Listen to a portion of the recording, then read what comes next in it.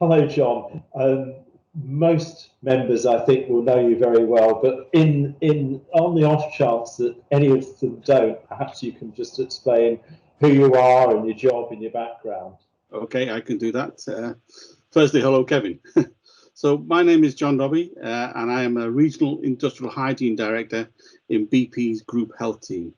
I have worked for BP as a hygienist for the past 22 years, and before that, I worked for 18 years in a high hazard chemical company. I've been very fortunate that my background has allowed me to experience a very wide and diverse range of workplaces and their inherent occupational hygiene challenges.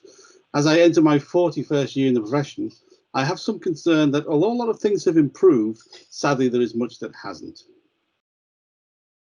Yeah, and I mean, John, you've done a sort of a remarkable stint as president in one of the more interesting times of occupational hygienists.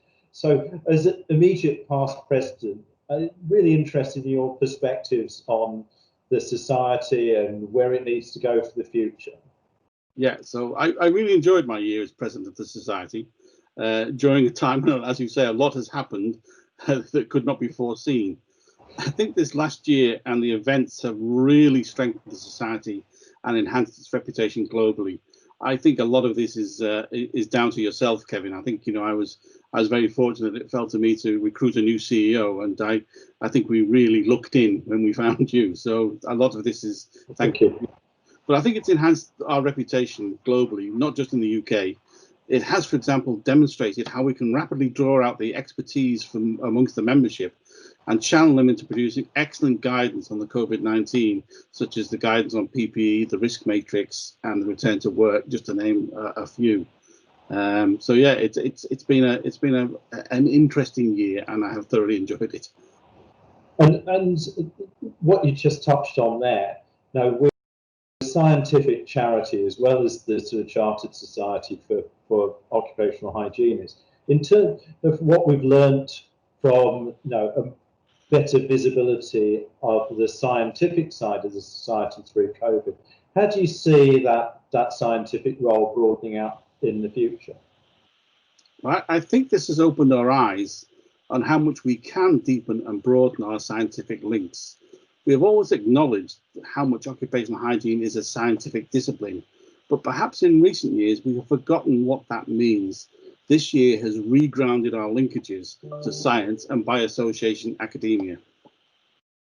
Yeah, and so I mean, you mentioned that. So what do you see as the key developments that you would like to see that would really enable that kind of future, so that we're seen as the independent and trusted scientific voice of occupational hygiene?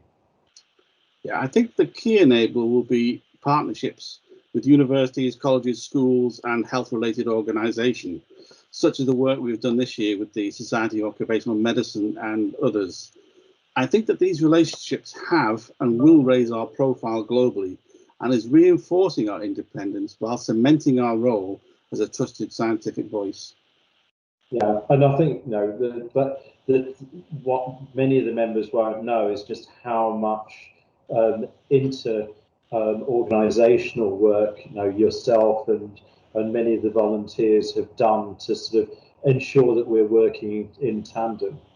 And I mean, you got a tremendous legacy even before you were president in terms of the work you did on international education on occupational hygiene, setting up OHTA, etc. So, no, broadening out, what do you see as BOHS's role relating to sort of the international development of occupational hygiene as a profession? So I think that the superb work that's been done by our President-elect, Alison Margery, in mapping all the links and relationships we already have in place with other organisations around the world, has helped us to better recognise the importance of these links and allowed us to develop a strategy on how to enhance, build and use them more effectively. Key, I believe, to managing our key partnerships and relationships as we go forward. And we wouldn't have been able to do it without the sterling work that Alison's put together. But ensuring that across the board, I think, has also opened up the board's eyes into just how more effective we can be all working together. I mean, we're phenomenally connected society. I know that the society recently put in their NAR application, the international recognition of our qualifications. And one of the things that really impressed the Japanese assessors was just how many organizations we work with to inform what we do.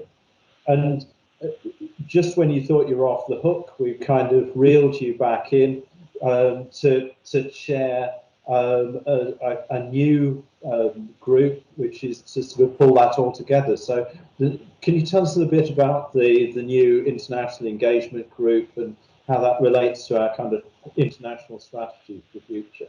So I'm very excited to be able to be the first chair of the International Engagement Group. And I think it is an important part of how we manage our international strategy. It's not the be all and end all, but it will help us to pull together the strategic aims as set out by the board and provide the feedback mechanisms to report on progress back to the board. This is something we've never had in the past, or it has not been effective enough. It will additionally help us to demonstrate the transparency that BOHS is aiming for in all its affairs. Hitherto, the reporting and feedback could only be described as haphazard. So I think it will be a real improvement going forward. And again, I hope it will showcase the society to all of the organisations we are working with or partnering with. I mean, it's amazing the sheer volume of volunteer activity, the connectedness that we have, and how that has evolved. And I mean, it's a tribute to everyone involved in the International Strategy Group and the Engagement Group, being able to pull that together. And you mentioned the sort of BOHS strategic aim. So now, in terms of the things that you're talking about, how do you see this greater role for scientific of us as a scientific society, the international thing? Do you see that reflected then in the new strategic aims that we're looking at? Oh, I think so, exactly. Our new strategic aims completely underpin all of these aspirations and will hopefully help us to build on our global reputation and make us the premier go-to body for all aspects of worker health protection. I really believe, and I think that's, it's going to come to pass.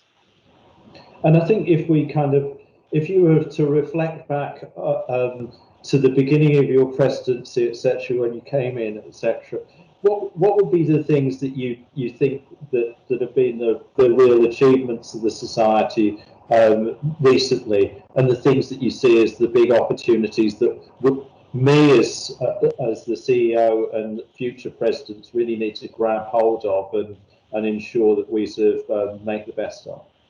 So when I did my president-elect tour of all the regions, when we were still allowed to do that, I was struck by the enthusiasm and dedication that we had amongst all our members in all of our regions.